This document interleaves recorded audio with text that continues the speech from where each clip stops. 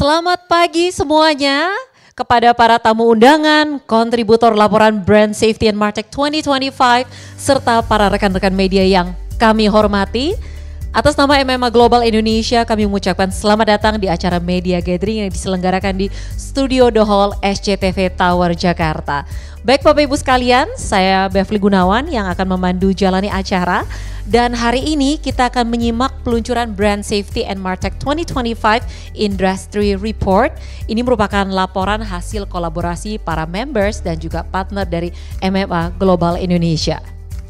Pertama-tama saya ingin mengucapkan terima kasih kepada Dewan Direksi dari MMA Global Indonesia serta members.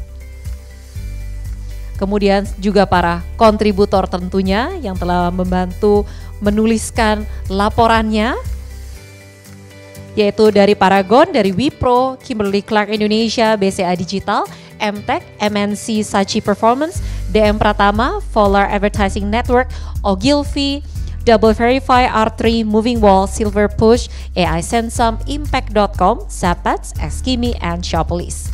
Ucapan terima kasih juga kami sampaikan kepada para media partner dari MMA Global Indonesia, yaitu ada Kompas.com, Kompas Gramedia, Tribun Network, SCTV, Indosiar, Liputan 6, Merdeka.com, Metro TV, Media Indonesia, KLY, Medcom, Cityvision, AI, dan Tirto.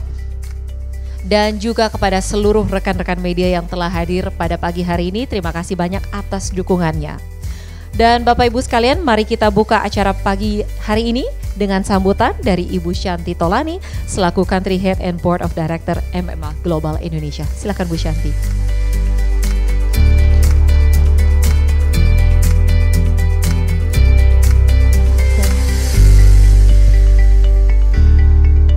Oke, selamat pagi teman-teman dari media kontributor MMA Global Indonesia. Selamat datang kepada acara Media Gathering. Kami jarang banget ya ada acara Media Gathering gitu. I think awal maybe 7 tahun ke belakang pas kita mulai local chapter di MMA di Indonesia dari MMA Global. Itu tahun pertama kita ada sekitar 2 atau 3 Media Gathering, mungkin where we were still new gitu ya. Tapi I think this is a great idea. And I would love to continue this. Bahasanya akan saya agak campur-campur karena bahasa Indonesia saya sudah 15 tahun di sini, tapi kalau bahasa gaul oke, kalau bahasa formal udah deg-degan duluan gitu ya. So I'll try to do my best because this is a little bit of a mix and match for me.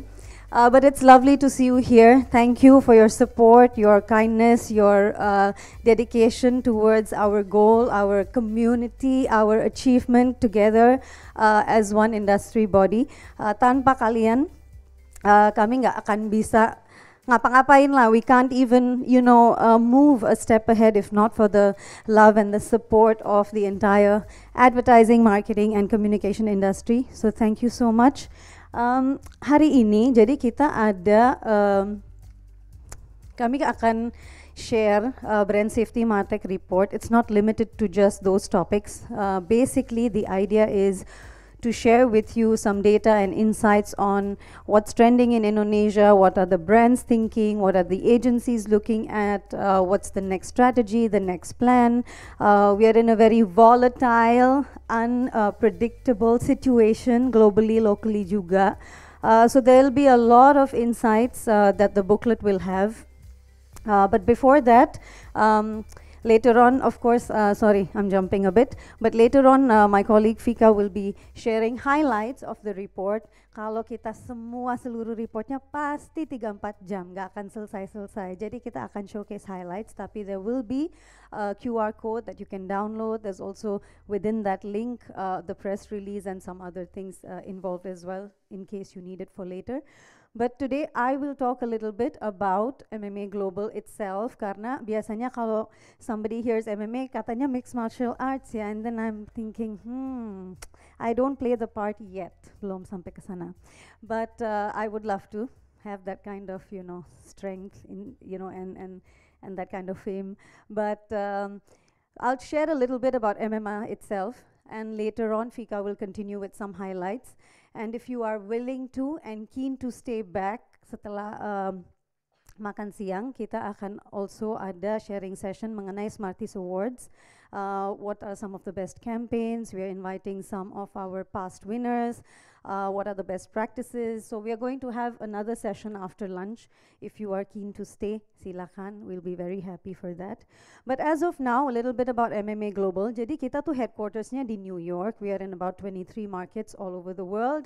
Primarily, of course, US, Latin America, Europe, Middle East, Africa, Asia. Kalau di Asia sendiri, kami mulai dari China, India, Singapore, Vietnam, Thailand, Philippines, Indonesia.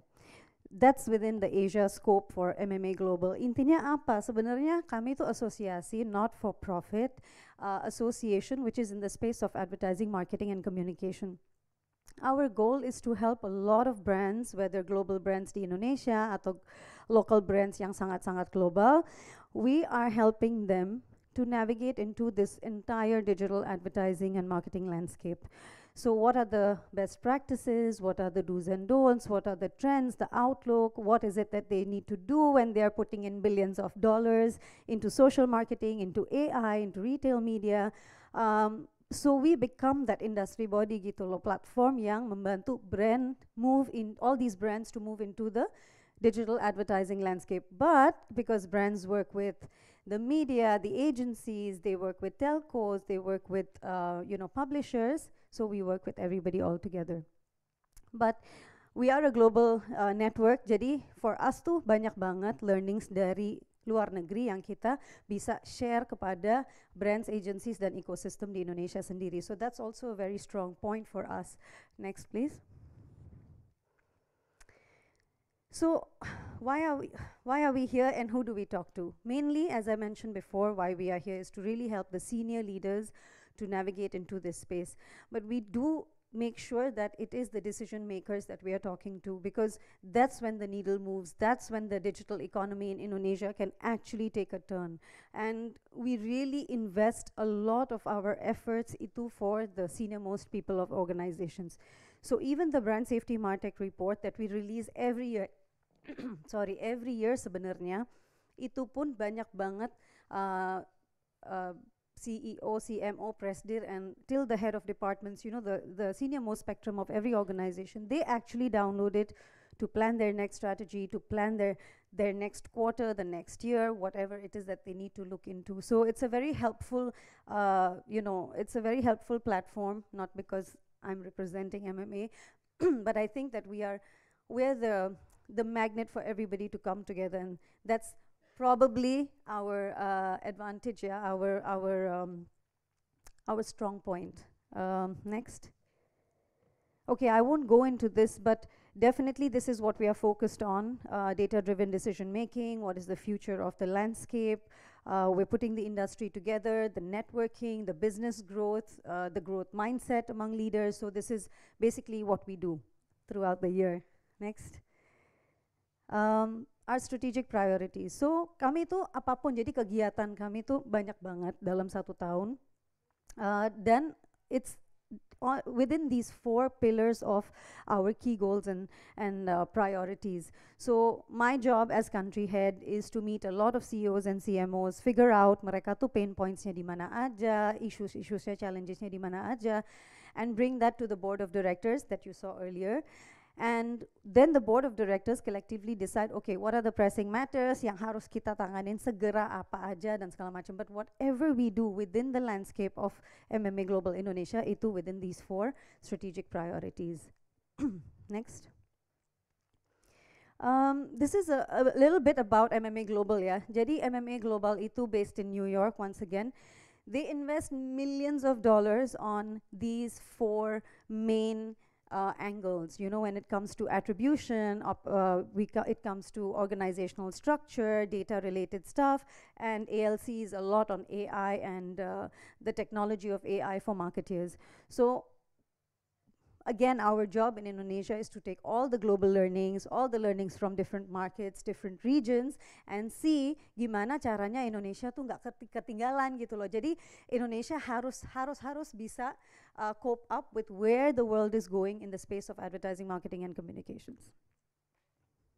By the way, you are all accessible. I will make sure nanti Fika and the team at the back, you are all accessible to downloading some of the content you may need. Maybe you want to, you know, look into it. I'll make sure you're getting some links, something to be able to access these details, because I think it's really interesting, and a lot of our brand partners actually reach out to us for details on this. Okay, next. These are some of the AI initiatives lah ya. Jadi MMI Global itu they're really pumping in a lot of money, time and energy into really educating the marketeers as in what's next in the space of AI. Again, there are some content here that are limited to members and partners of MMA, but if you would like anything from us, we are very happily willing to share details of this with you. Just reach out to us nanti kapanpun. Okay, next. Okay, jadi dalam 1 tahun, and I'm going to involve my teman-teman media moving forward in a more collective way, because you know, so far we've had a very typical way of working with the media, but now I think with this idea of a media gathering, I kind of want to rework on a few things. But dalam 1 tahun sebenarnya kita banyak hal yang we execute gitu ya. We have about 2 or 3 initiatives. It could be a forum, conference, it could be a summit, depending on key prioritization of what the board members believe after the input of all the industry meetings, that what are the key issues that we are going to handle for the next 3 months. So we prioritize. Jadi apapun kegiatan kami, kita release report. We release about 2 or 3 reports in a year.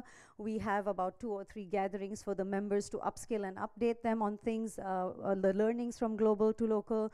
And we have Smarties Awards. We have other things like but in a year, this is what the calendar looks like, which means we are constantly doing things to update the industry on what's going on. So again, as I mentioned, Indonesia nggak boleh ketinggalan. Jadi kita harus benar-benar focus on the digital growth and the growth mindset of the leaders in this industry. Next. Okay. This is a booklet that we'll release today. You are all welcome to ask us any questions. Nanti ada beberapa contributors yang di sini juga. In case you want to go through it and ask specific questions, we are all here.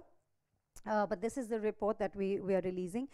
There are reports, actually 7 tahun ke belakang kami setiap tahun tuh release report ini, tapi this is for this year, and they have data specifically for Indonesia and Asia Pacific. You'll get the details.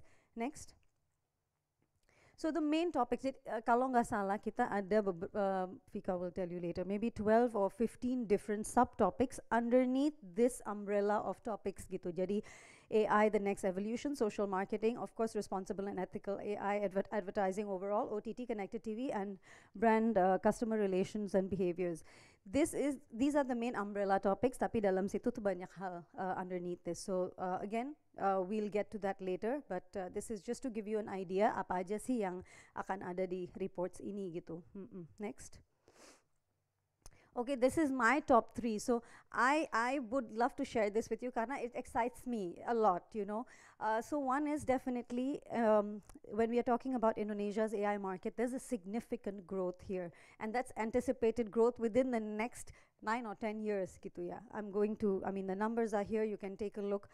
But what this means is semua brand yang ada di Indonesia, global, local brands itu harus mau nggak mau change their traditional way of thinking and really looking into how they can utilize AI to keep up with the latest, you know, technology for their brands, for their, you know, for their teams, for their organization, and especially for the new releases of what they're doing gitu ya. So there's a lot of scope, and Indonesia is not far behind compared to other markets in terms of where we are heading with this. The second thing is the retail market. Of course, at this point, lagi up down banget, volatile banget, globally juga, locally juga. The middle class is shrinking. We've heard that a lot.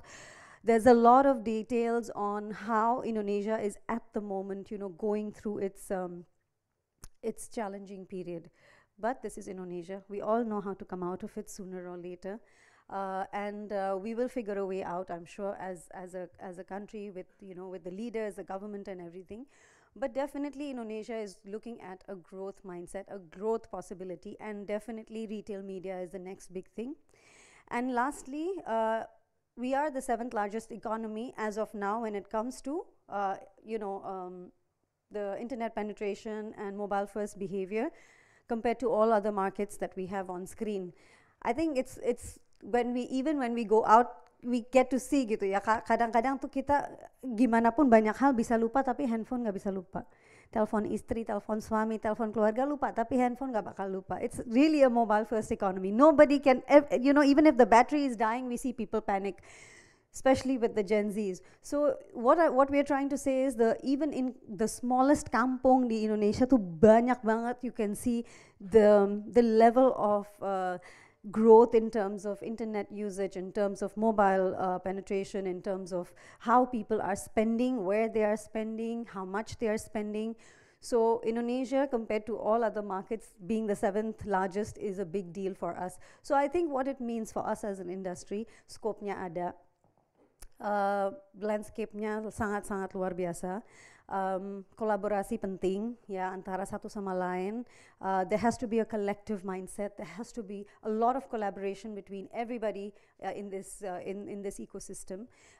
And I think we have a lot of positive yet cautious outlook when we look ahead into 2025 and 2026. With that, I will allow now, I will let my, wrong word, but I will welcome and let my colleague Fika come and be on standby, because I'm almost done. Once again, terima kasih. Thank you to all the contributors. Again, without all of you, we cannot, move the needle in this space, within this industry. We are who we are because of you. So thank you for all your support each and every time we have something. And we promise, that's my promise as well, kedepannya we're going to work together closely, have more media gatherings, and keep you in the loop for everything that we do. Terima kasih sekali lagi, teman-teman. This is the QR code. Please download it as of now, so that if you have any questions, the contributors are here. You can access all the details here. But also you will have a chance to do an interview with each one of the contributors. They have representatives, banyak yang nggak datang hari ini, tapi ada yang representatif mereka. They'll be here to welcome your questions. Thank you, and I welcome Fika, or who's next? Siapa, Fika next? Oh, MC, okay. All right. Sorry, I just lost track of who's coming up. Fika, over to you. Terima kasih, thank you everyone.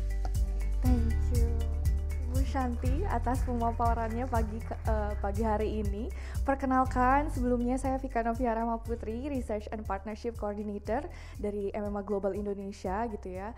Dan pada kesempatan kali ini kita akan membahas, jadi bukan nge-summarize semuanya, namun lebih ke highlights dari topik-topik pokoknya. Jadi boleh next di slide, ya oke.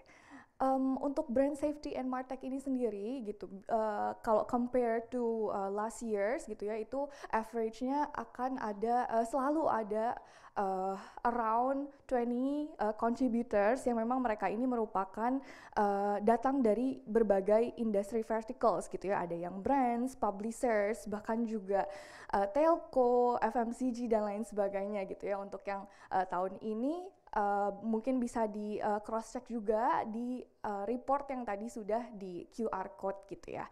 Boleh next juga. Nah, untuk topik-topik pokok atau utama yang akan sekarang dibahas, yang menjadi highlights yang pertama adalah mengenai AI the next evolution, kemudian juga social marketing, yang keduanya ada turunannya juga ya yang kami grouping masing-masing, kemudian juga ada convergence of responsible media, OTT, connected TV, dan termasuk di dalamnya akan membahas mengenai di OOH atau digital out of home, kemudian juga ada brand customer relationships and behavior. Jadi setiap industri report itu kami membuka around 10 of topics. Nah, topics ini pun latar belakangnya adalah yang menjadi signifikan atau relevan dari our board of directors, yang mereka ini berasal dari berbagai industri tadi gitu ya. Kemudian juga apa yang relevan dengan market di Indonesia, yang kemudian ini yang dipilih oleh para contributors gitu. Boleh next, kita ke AI, the next evolution. Jadi kalau misalnya kita berbicara mengenai AI, kita mesti sepakat bahwa AI ini merupakan produk dari pertumbuhan digital ya Mbak Mas. Jadi untuk di Indonesia, perkiraannya adalah 366 billion US dollar, itu merupakan angka yang cukup signifikan di tahun 2030 ini gitu. Dan yang menariknya adalah pertumbuhan ini salah satunya top 3 maksud saya akan didorong dari pemasaran atau marketing gitu. Jadi inilah mengapa Emama Global juga ada turut menjadi stakeholder dalam percepatan atau pertumbuhan ekonomi digital yang menjadi proyeksi ini juga gitu ya. Nah, kenapa namanya AI the next evolution while we are actually aware gitu, sebetulnya AI ini secara teknologi sudah dari lama gitu ya.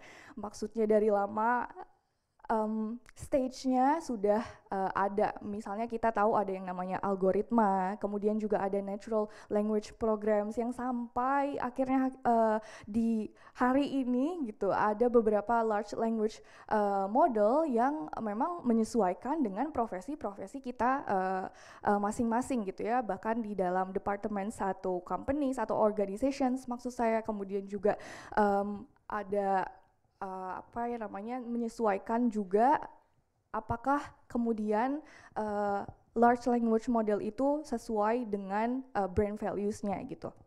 Itu satu. Kemudian dalam finding yang ada di articles atau di industry report BSMT 2025 ini, 92% dari industry leaders di Indonesia ini concur atau agree bahwa AI menjadi salah satu objek yang mendorong competitiveness gitu di market. Jadi kalau misalnya kita berbicara mengenai competitiveness, ini ada hubungannya dengan brand positioning gitu. Brand positioning kita seperti apa? Entah itu secara horizontal gitu ya, maksudnya dengan sesama industri yang ada, atau misalnya antar vertikal gitu. Itu satu. Dan ingin cerita juga sedikit. Jadi dalam proses apa ya kita sebutnya, proses building dari industry report ini, kami juga menggunakan atau utilize AI gitu. Jadi ada yang disebut dengan BSMT 25 GPT yang kami utilize itu dari chat GPT-nya gitu ya. Mungkin di di reportnya BSMT itu juga kita akan bersama-sama secara detail mengetahui brand-brand yang kemudian mengutilize AI juga dalam campaign-campaign mereka secara detail gitu ya, dan secara mendalam gitu. Nah, untuk specifically di Gen AI atau generative AI yang memang populer di antara kita gitu ya, sekarang juga ada yang namanya agentic AI, itu pengganti dari advancement dari chatbots itu juga di tahun 2025, dan sebetulnya sudah berjalan sejak tahun 2024 gitu. Ini kita untuk di Indonesia berada di masa eksplorasi. Jadi seperti yang tadi saya mention, maksudnya masa eksplorasi ini berkaitan dengan satu departments dan departments lain itu mencari LLMs yang memang sesuai dengan apakah secure, sesuai dengan privacy policy internalnya, atau misalnya itu sesuai dengan brand values gitu ya. Jadi penekanannya di situ.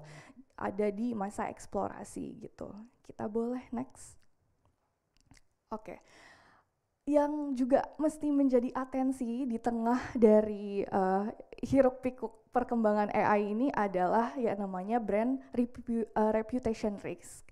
Sebetulnya brand reputation risk ini memang sudah menjadi fokus ya, meskipun memang tidak secara spesifik dengan kacamata AI itu sendiri. Cuma karena saking cepatnya perkembangan AI, bahkan setiap kita sebutnya platform AI itu sudah ada development masing-masing ya. Ada yang mereka berfokus pada membangun ekosistem AI itu sendiri gitu. Dan untuk brand reputation risk atau potensi risiko yang akan atau yang berpotensi dihadapi oleh para brands ini ada beberapa gitu. Jadi salah satunya ada brand value conflicts. Apakah itu ada konflik brand values di situ ketika utilize AI atau LLM model yang sebetulnya dari berbagai LLM atau large language models ini kita identifikasinya itu transparan gitu. Jadi kita bisa melihat kekurangan dan kelebihannya. Jadi dari situ kita bisa identifikasi mana yang memang sesuai dengan brand security kita atau company organizations kita gitu ya. Kemudian yang kedua juga ada yang terkait dengan inaccurate information gitu. Apakah kemudian dalam utilisasinya itu lebih akan prone ke atau mencederai, ya kita sebut mencederai brand image dari organizations, dan bahkan ada apakah kita bisa menghindari atau mencegah yang namanya AI driven manipulated media gitu. Kenapa? Karena memang ini akan affected ke consumer trust gitu. Jadi trust yang dimaksud ini nanti akan ke brand image-nya juga gitu. Jadi yang dimaksud dari topik ini atau yang ingin disampaikan dari AI the next evolution di tengah yang berkaitan dengan brand safety adalah ini menyerukan brand mesti lebih aware dengan brand protection seperti itu. Kemudian bisa lanjut ke social marketing. Oke. Jika kita lihat angkanya, ini cukup signifikan ya. Maksudnya ini merupakan pemetaan untuk digital netizen atau netizen kita, yang mana ini cukup resourceful, tidak hanya bagi brands, bahkan bagi antar industry verticals gitu. Bisa lanjut juga?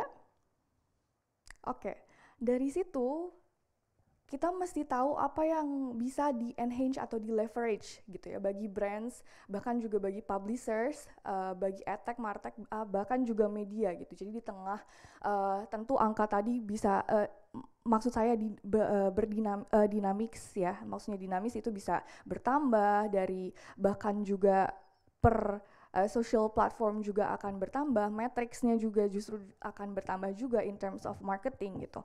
Nah, kami melihat bahwa untuk brand-brand yang established, sebagaimana juga dibahas di Brand Safety Industry Report ini, itu mereka adopt these three C's framework gitu di social marketing mereka. Jadi sedikit juga social marketing ini lebih berfokus pada bagaimana lebih lanjut ya pemikirannya, maksudnya bagaimana menciptakan social impact gitu. Jadi fokusnya ke situ.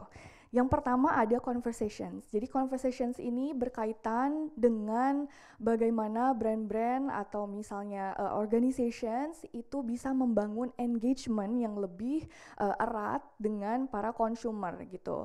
Karena tadi kan kita sudah melihat angkanya begitu besar gitu ya, dan mungkin secara kasat mata itu ya angka gitu. Tapi kalau misalnya dilihat, dianalisis secara kualitas itu sangat majemuk gitu, ada segmentasinya, entah berdasarkan age, berdasarkan generasi, berdasarkan profesi dan lain sebagainya gitu ya. Jadi mereka bagaimana membangun satu framework komunikasi yang bisa diterima dan inklusif ke semua user, atau misalnya disebutnya sebagai consumer, atau juga ada yang disebutnya sebagai consumer gitu ya.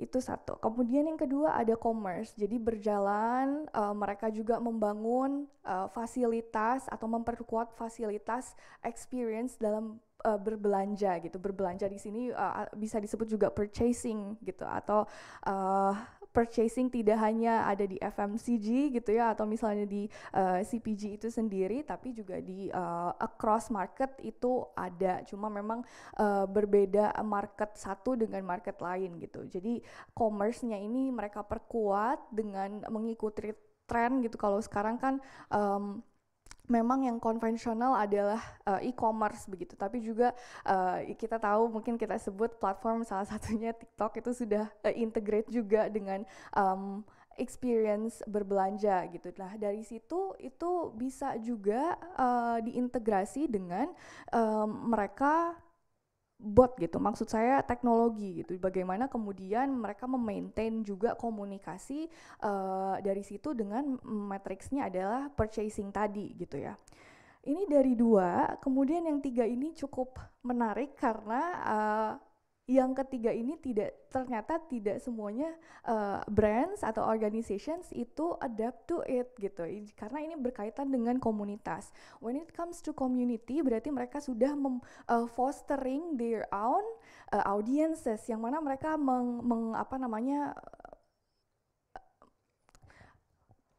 apa ya kita sebut ya, ada hubungan erat gitu ya, jadi lebih inklusif, ada emotional resonansi di situ gitu. Salah satunya kita mengetahui sistem yang namanya affiliate marketing gitu. Itu salah satu bagaimana brands bisa juga untuk memperkuat komunitas mereka gitu. Apalagi kalau sekarang komunitas juga luas sekali gitu. Maksudnya satu brand dengan niche tersendiri itu bisa mencakup beberapa komunitas, yang mana ini adalah jejaring atau networking yang lebih bisa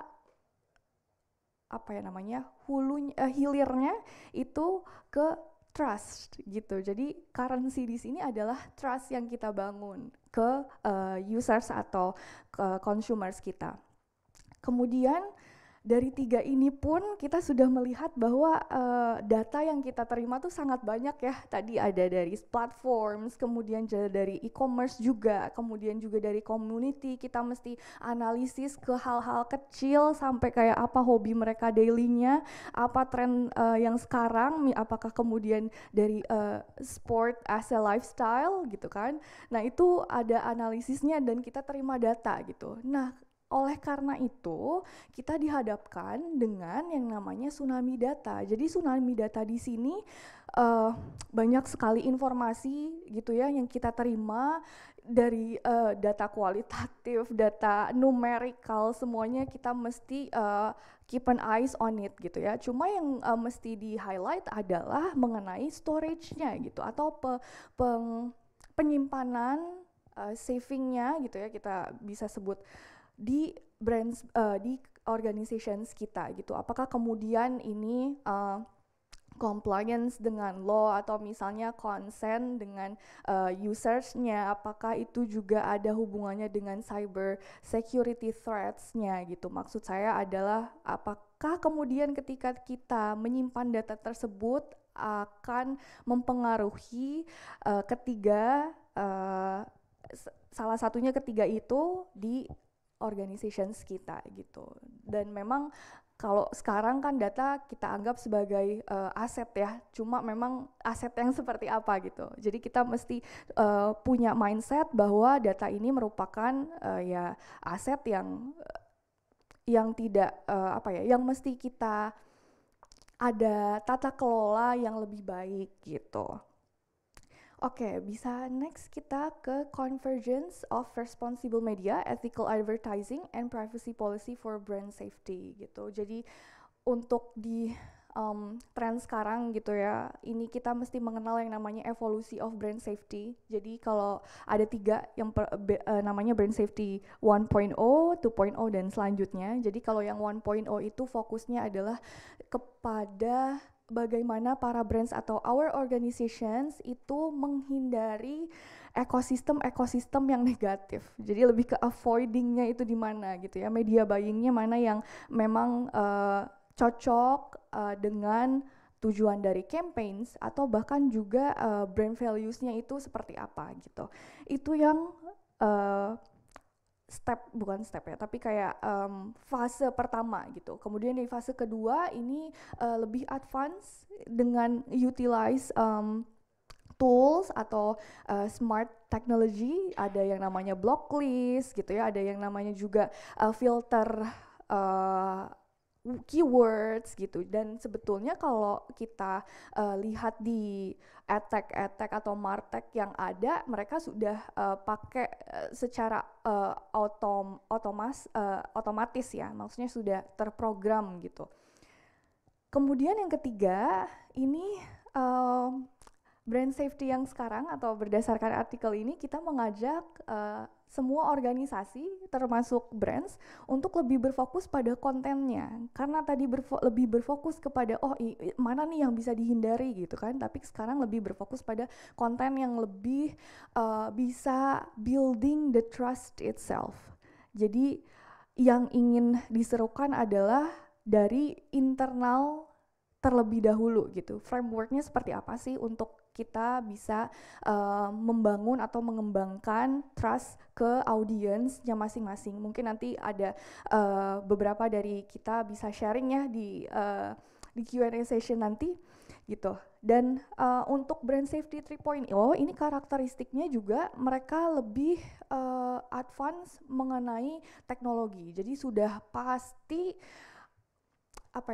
utilize program gitu. Jadi selalu diperbantukan dengan program. Tujuannya untuk apa? Untuk lebih presisi gitu ya, untuk lebih straight berdasarkan strategis yang ada begitu.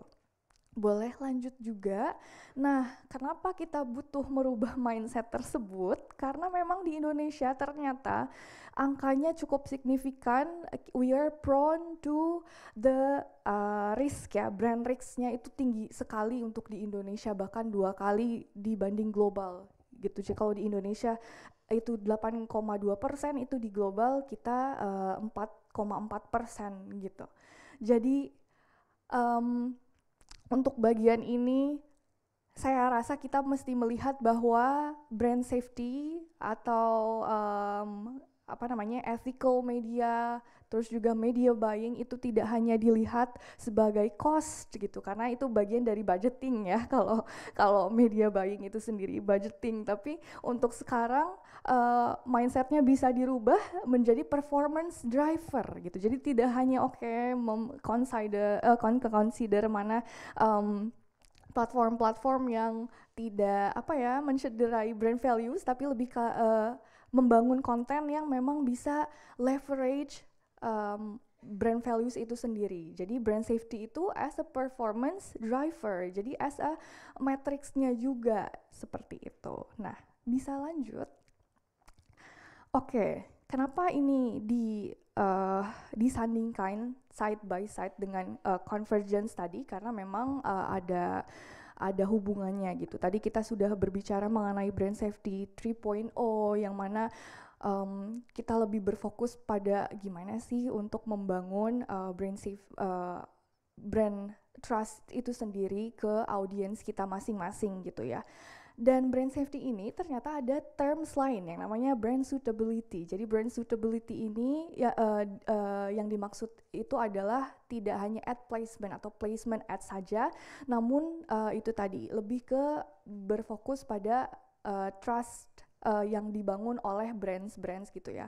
Dan tentu nanti di report brand safety kita akan menemukan beberapa case study yang memang sesuai dengan brand suitability itu sendiri gitu. Dan kalau kita lihat di sini ada over the top, ada connected TV, ada digital out of home juga.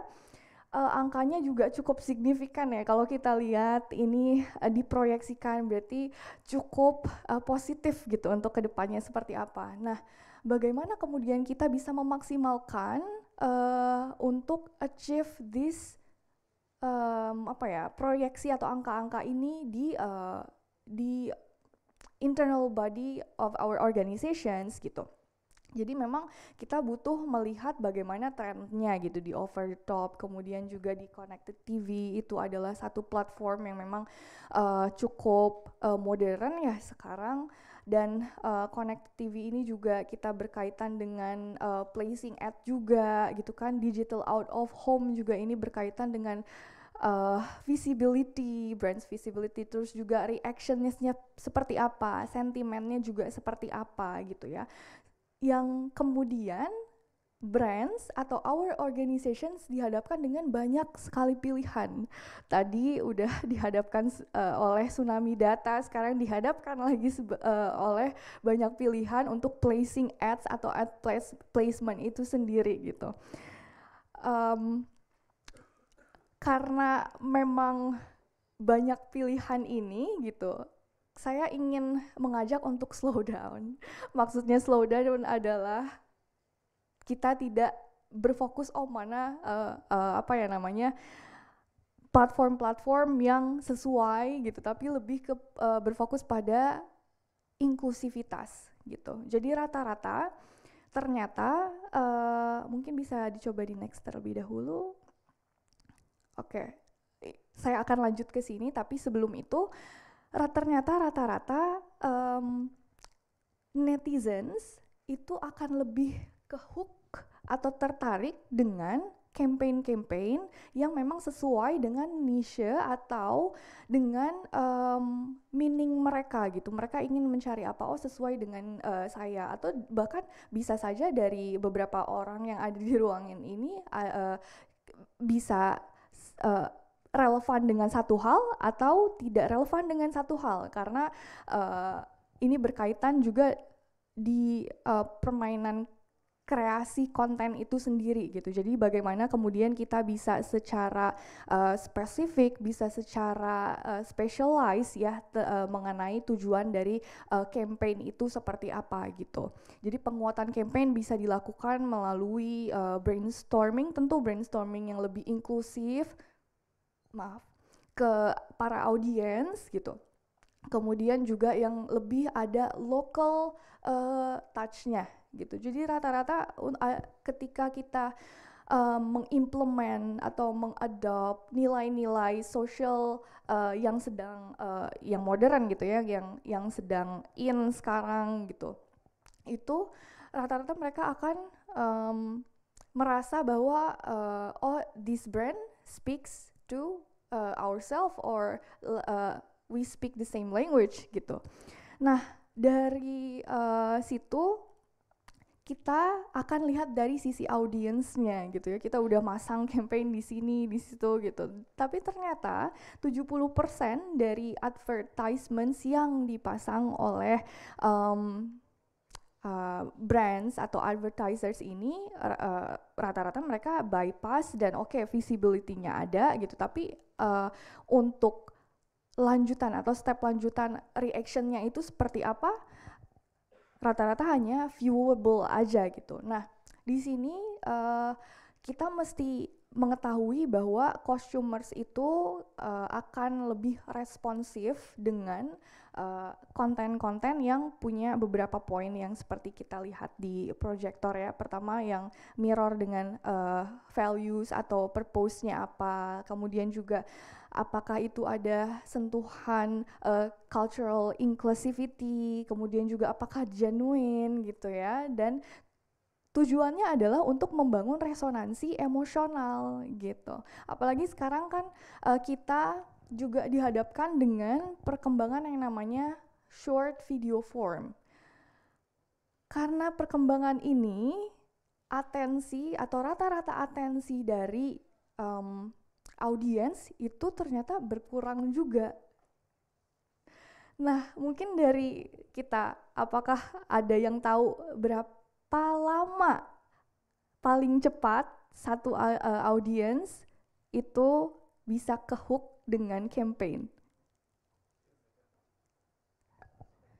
Sorry? Kurang. Ternyata kita, audiens itu akan kehook hanya dalam waktu setengah detik aja. Jadi lebih tepatnya adalah 0,4. Ini sedikit saya mengulas mengenai inisiatif MMA global yang dinampakkan dengan first second strategy. Jadi dari situ kita bisa mengetahui bahwa analisisnya adalah ternyata audiens itu bisa kehook di setengah second aja gitu. Jadi ini kita perlu ada yang namanya kolaborasi yang lebih erat gitu kan, benar-benar berpacu dengan tren sekarang. Kemudian juga ada yang berhubungan dengan neuro atau kerja otak gitu, dan atau panca indera yang bisa kita sebut gitu. Ini seperti apa gitu. Jadi fokusnya harus ada kolaborasi dari tentu antar departments gitu kan. Jadi marketing juga tidak bisa berdiri sendiri, juga media tidak bisa berdiri sendiri, kemudian juga di internal organizations tidak bisa desainer bekerja sendiri begitu ya. Jadi perlu ada alignment di situ gitu. Jadi mungkin untuk menutup topik dan sesi kali ini, saya akan memberikan konklusi untuk di topik ini gitu. Jadi kayak kita mesti lebih tahu, pertama brand protection adalah penting bagi kita untuk kita consider, kemudian juga brand safety bisa kita consider juga sebagai metric dari performance. Dan yang pasti kita mesti lebih in ground dan lebih menyadari bahwa resonansi emosional itu penting gitu, apalagi di tengah balik lagi perkembangan AI, bahkan sekarang AI sedang dibangun lebih dekat dengan manusia, quotes and quotes manusia. Kenapa? Karena mungkin secara tidak sadar ketika kita prompting ya, tolong buatkan yang lebih natural atau lebih humanis gitu. Nah dari situ juga kita bisa tahu trennya ke depannya. Bisa saja mungkin AI itu bisa mengetahui karakter masing-masing audience seperti apa in terms of tidak hanya metrik-metrik yang tangible tapi juga intangible. Terima kasih. Semoga bermanfaat. Saya juga ingin extend terima kasih yang sedalam-dalamnya kepada para contributors sudah supporting this brand safety and Martech 2025. Mungkin kita akan lanjut ke next session. Oke, Mbak Vika boleh please stay on stage. Selanjutnya saya akan mengundang Ibu Shanti untuk naik ke panggung untuk foto bersama terlebih dahulu. Foto berdua dulu, kemudian selanjutnya setelah sesi foto Bu Shanti dengan Mbak Vika, para kontributor saya undang untuk naik ke atas panggung. Baik, kita berdua terlebih dahulu Bu. Oke. Oke, boleh maju sedikit ke depan. Gak apa-apa, pegang aja. 3, 2, 1. Oke. Baik, selanjutnya para kontributor, Ibu Shanti dan Mbak Vika boleh stay. Selanjutnya para kontributor dan juga representatifnya boleh bergabung ke atas panggung. Kami persilahkan.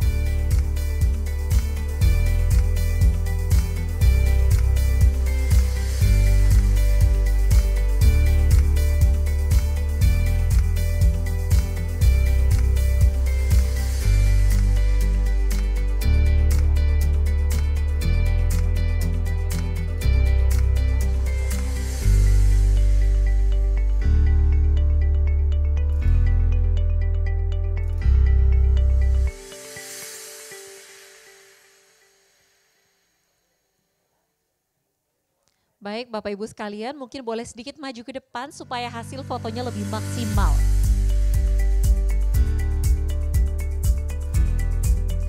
Dan Bapak Ibu sekalian, nanti setelah sesi foto selesai, saya baru di-remind oleh Mbak Vika, nanti kita akan buka Q&A session. Jadi para hadirin yang sudah hadir pada pagi hari ini bisa menanyakan langsung terkait report tersebut dan topik-topik yang tadi disampaikan oleh Mbak Vika. Silakan Mbak Vika. Mbak Vika boleh ke samping? Baik.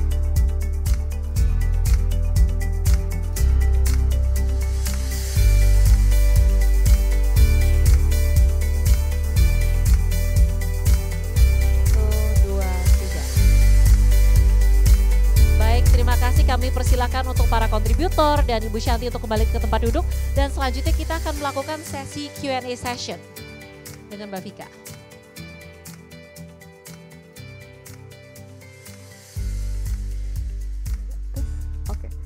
Oke, sekarang izinkan saya untuk memandu Q&A session kali ini. Jadi sebelumnya mungkin untuk yang belum capture, silakan capture terlebih dahulu karena di sini ada Brand Safety Industry Report yang bisa kita pelajari bersama dari para contributors gitu ya.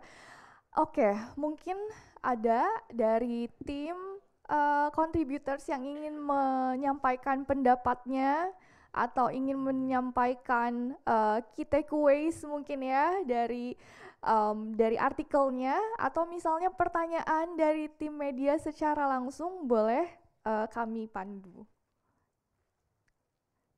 Mungkin ada? Sudah cukup? Atau saya pilih? Oke, kalau tidak ada mungkin kita bisa lanjut ke sesi foto yang media ya Mbak ya. Oke, baik. Yuk. Sesi foto berarti saya harus mengundang Ibu Shanti kembali ke atas panggung. Maaf Bu Shanti, ternyata tidak ada Q&A. Jadi kita melanjutkan dengan sesi foto. Kita mau undang Mas Arief terlebih dahulu. Mas Arief, permintaan dari Bu Shanti, ayo Mas Arief diajakin foto dulu dong. Setelah itu kami persilakan rekan-rekan media untuk bergabung ke atas panggung. Jangan khawatir, untuk para fotografer nanti akan di-share di press release dan dalam bentuk Google Drive foto-foto pada pagi hari ini. Jadi bila tidak bisa mengabadikan momen juga nanti ada filenya yang sudah dipersiapkan oleh panitia MMA Global Indonesia. Oke, selanjutnya rekan-rekan media boleh ikut bergabung ke atas panggung. Rekan-rekan media terlebih dahulu akan naik ke atas panggung. Semuanya. Tim media. Mana nih teman-teman media nih? Rekan-rekan media. Boleh yang liputan, yang foto, semuanya diajak foto. Karena pagi hari ini acaranya adalah media gathering. Jadi para teman-teman media ini adalah tamu-tamu kehormatan kita sebenarnya. Betul. Oh iya.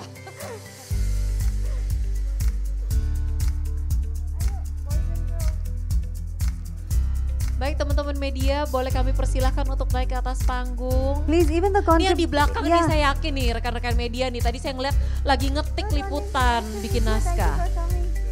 Ayo Mbak, silakan Mbak.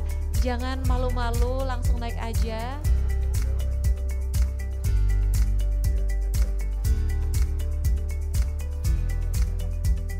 All our friends from the media, let's take a nice picture.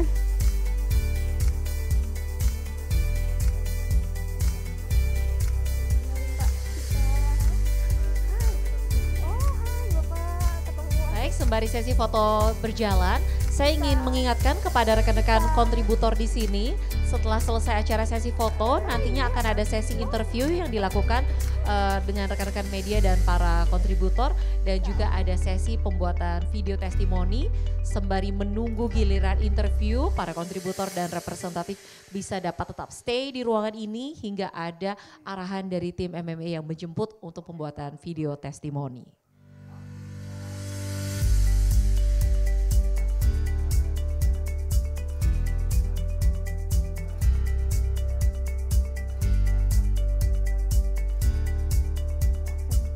Baik, semuanya boleh stay di atas panggung dan saya mengundang semuanya, seluruh peserta, seluruh panitia MMA Global Indonesia untuk ikut naik ke atas panggung. Kita akan mengabadikan momen tersebut. Iya, silakan semuanya Bapak Ibu sekalian, kita naik ke atas panggung.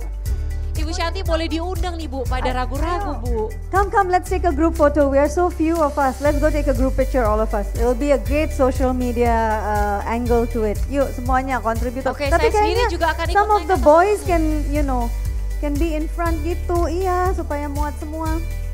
Nah gitu. MMA team, come on. Let's go, MMA team. We'll have the documentation team take a photo, come on.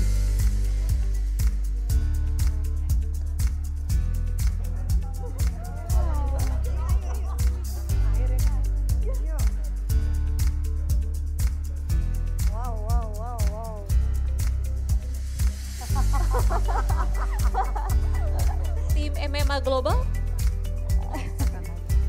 Video foto dua-duanya ya. Right.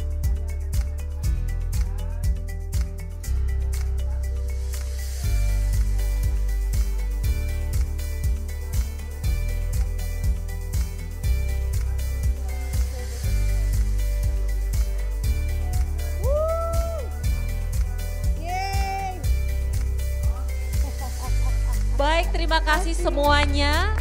selanjutnya seperti saya informasikan tadi bahwa kita akan memasuki sesi wawancara media secara terbuka. Rekan-rekan media dipersilakan melakukan wawancara dengan para kontributor maupun representatif dengan Ibu Shanti Tolani dan juga Mbak Vika. Teman-teman, format wawancara ini dilakukan secara doorstop interview. Sementara itu untuk para teman-teman kontributor lainnya kami persilakan untuk bisa tetap berada di ruangan ini sembari menunggu giliran interview.